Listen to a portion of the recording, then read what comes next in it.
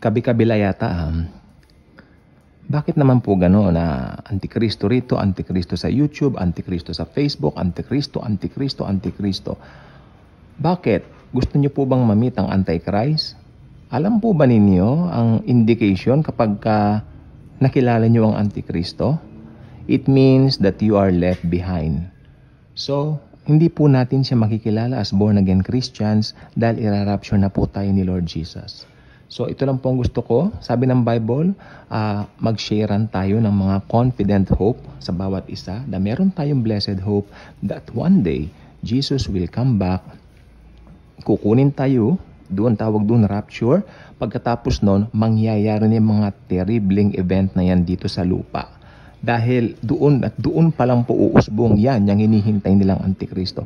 I was shocked. Bawat bukas ko ng mga content, mga ganito ganyan, ganire o ano pa man, Antikristo, Antikristo. Ang ginagawa, pinangha-hype nila. That's not good.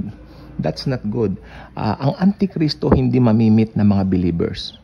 Hindi mamimit sa kadahilan ng irarapture na po ni Lord Jesus ang church.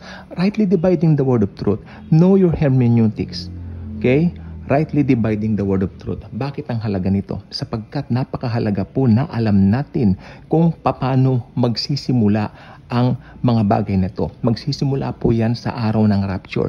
Pag nag-rapture na po, tapos na po ang church age. Then yung mga terrible na mangyayari, sunod na po yan. Alam mo nyo, from the rapture hanggang sa second coming ng Panginoong Jesucristo, which is kasama na po tayo sa kanilang pagbabalik, 7 years po yon. So madali na po nilang kung bibilangin yan. From the rapture, bilang ka ng 7 taon from that second coming na. Pero ang problema, itong rapture kasi, hindi natin alam kung kailan mangyayari. Di ba? So, alam natin na sinabi lang ng Panginoon na wala nakakaalam. So, pag sinabi ni Jesus wala nakakaalam, panghawakan natin ang salita niya. Huwag lang tayo mag-speculate.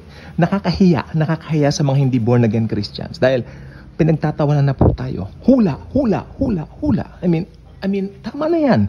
Mag-share po tayo ng good news. Marami pa mga unsaved persons. The fact na hindi pa nagra-rapture, magpasalamat tayo. Kasi pagkat marami pa po tayong pwedeng share ng gospel. Marami po tayong pwedeng pagpahayagan ng salita ng Diyos ng tungkol kay Jesus Christ. Habang wala pa yung rapture na yan. Okay? So, focus on Jesus. Alam nyo, pag born-again Christian ka, you will never meet the Antichrist. We will meet Jesus. Di ba? Kasi siya ang mamimit natin, nare-rapture tayo eh. Then, yung mga maiiwan dito sila, makakamit sa Antichrist. Kaya nakakatakot, pag na-meet mo ang Antichrist, it means you are left behind. Kaya kung hindi ka pa nakasubscribe sa channel, I invite you to do so. Click the notification bell, share this video, share the wonderful of the praise of the Lord Jesus Christ. Thank you, and Jesus truly loves us all.